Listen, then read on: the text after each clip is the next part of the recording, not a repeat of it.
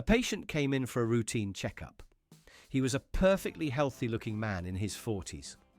When I asked about his diet, he proudly announced he had invented a perfectly balanced system. He ate only white-coloured foods on Mondays, Wednesdays and Fridays, like potatoes, bread and mozzarella, and only brown-coloured foods on Tuesdays, Thursdays and Saturdays, like chocolate, steak and coffee. Sundays were his rainbow days, where he ate Skittles and gummy bears to ensure he got all his colours in. He genuinely believed this colour coding was the pinnacle of nutrition and wanted to write a book about it. I had a patient who was convinced he was shrinking. Not in a metaphorical sense, he believed he was physically losing height every day. He brought in a detailed chart he'd been keeping for months, showing measurements taken with a tape measure he admitted was a bit old and floppy. When I measured him, he was a perfectly average height. He accused me of being in on the conspiracy. "Who sent you?" he demanded, the tall people's lobby. "They're trying to make the rest of us feel inferior." A young woman came into the ER with her boyfriend. She had a severe allergic reaction, hives, swollen lips, the works. I asked what she might have come into contact with. The boyfriend chimed in, "It's my fault." I wanted to propose, so I hid the engagement ring in her peanut butter sandwich. I just stared at him. "She's deathly allergic to peanuts," he added, as if that were a minor detail. But I figured the romance of the moment would, cancel out the allergy. I was working a night shift when a man rushed in, frantic. He said his wife was in labour in the car. I grabbed a wheelchair and ran out with him, expecting to see a woman in the throes of childbirth. Instead, she was sitting calmly in the passenger seat, reading a magazine. "Where's the emergency?" I asked. The husband said, "The baby's due today. We're here. Let's get this show on the road." I had to explain that due date is an estimate, not a scheduled appointment for an eviction. A patient came to me with a persistent ringing in his ears. After a few tests, I couldn't find a physical cause. I asked him about his work environment. He said he worked from home. "Is there any consistent noise in your home?" I asked. He thought for a moment and said, "Well, my wife has been really into wind chimes lately." It turned out she had hung over 50 of them on their small apartment balcony. He hadn't made the connection. He thought he had a brain tumour, but he was just living inside a giant wind chime. I had to explain to a patient that she could not, in fact, get pregnant from her cat. She had been sharing a water glass with her unneutered male cat and was a week late on her period.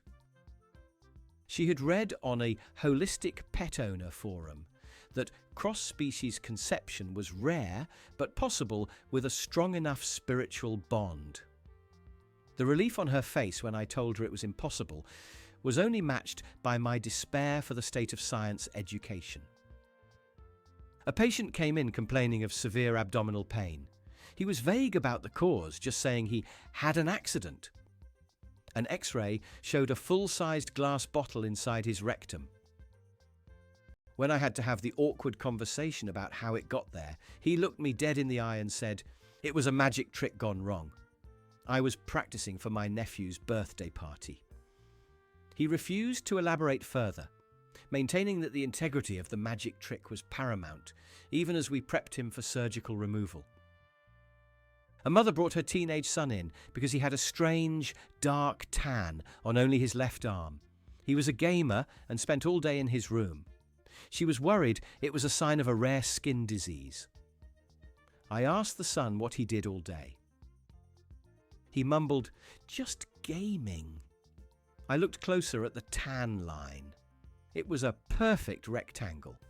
After some pressing, he admitted he had spilled a whole bottle of his mom's self-tanning lotion on his desk and had just been resting his arm in the puddle for weeks while he played. He didn't want to bother cleaning it up. I once had a patient who was convinced that sleep was a government conspiracy to control our minds. He came in looking exhausted, with huge bags under his eyes. He told me he hadn't slept in 4 days, surviving on energy drinks and anti-sleep meditations. He wanted me to prescribe him a drug that would eliminate the need for sleep entirely so he could be truly free. I ended up admitting him for exhaustion and psychosis. A patient came in with a small but deep cut on his hand. I told him it needed stitches. He refused, saying, "No, no, no, my brother is a butcher. He can just use meat glue on it." He was completely serious. He believed that the cyanoacrylate used to bind cuts of meat was a superior and more natural alternative to sutures. He even brought a small bottle of it with him, just in case. A woman brought her husband to the ER. He had a fish hook stuck through his cheek. She wasn't the one who was panicking. He was sitting there calmly while she was yelling at him. "I told you this was a stupid idea," she screamed. I asked what happened. She explained he tried to invent a hands-free way to eat. He attached a hot dog to a fishing line and was trying to cast it into his own mouth from across the room. I had a patient who was an aspiring bodybuilder. He came in with signs of kidney failure. I asked him about his supplement intake. He said he was taking 30 grams of protein a day. I told him that was very low for a bodybuilder. He corrected me, "No, not 30 grams of protein powder, 30 grams of actual, pure, powdered protein. I bought it from a chemical supply company." He had been consuming a lab-grade substance not meant for ingestion, essentially turning his kidneys into gravel. A patient asked me if I could perform a brain transplant on him. Not for medical reasons. He said he was bored with his own thoughts and wanted to try out someone else's personality for a while. He had a friend who was willing to be the donor. They thought they could just swap brains and then swap back in a few months if they didn't like it. I was treating a man for a broken wrist. He fell while trying to install a satellite dish on his roof. I asked him why he didn't hire a professional. He said, "Because they use all those fancy tools to find the satellite." I have a better way. His better way was to hold the dish up and slowly turn in a circle, while his wife watched the TV in the living room and yelled out the window when the picture came in.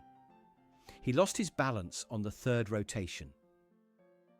A patient came in with a severe chemical burn on his face.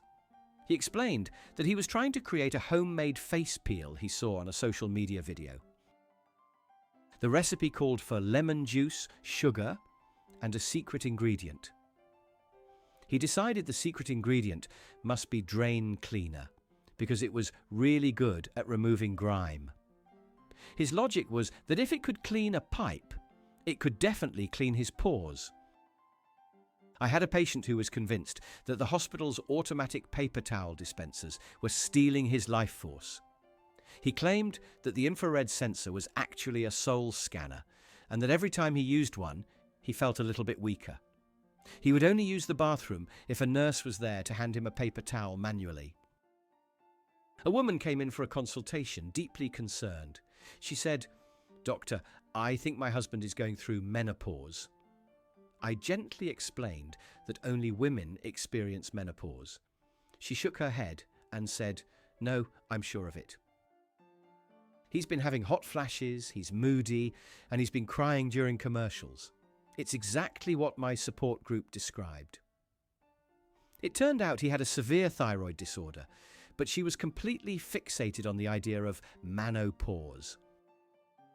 A patient came in with a screwdriver stuck in his foot. He had been trying to fix his lawnmower while it was still running. When I asked him why on earth he would do that, he said, "I didn't want to have to go through the hassle of starting it up again. I figured I could be quick." He was not quick. I had a patient who believed that his blood was too thick. His solution was to drink a glass of warm water with a tablespoon of paint thinner mixed in every morning to thin it out. He had been doing this for a month. It's a miracle he was still alive. He came in because he was concerned about a slight chemical taste in his mouth. A patient came in with a potato stuck in his ear.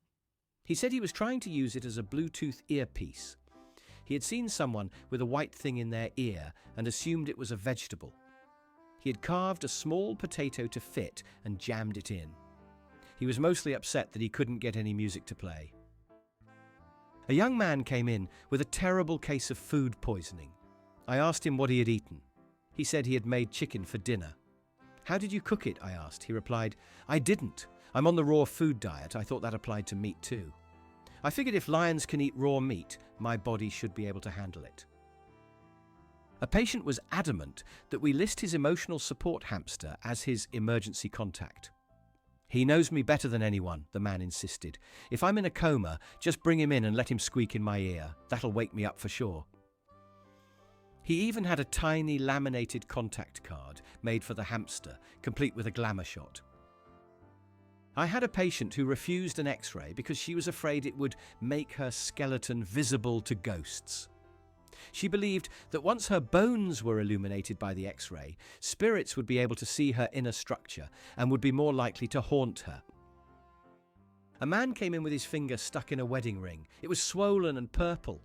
He said he found the ring on the street and wanted to see if it fit. It didn't.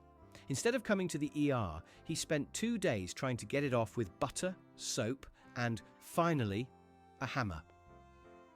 The hammer is what finally prompted his visit. A patient told me she was trying a new breatharian diet, where she sustained herself only on air and sunlight. She came to me because she was feeling a little dizzy.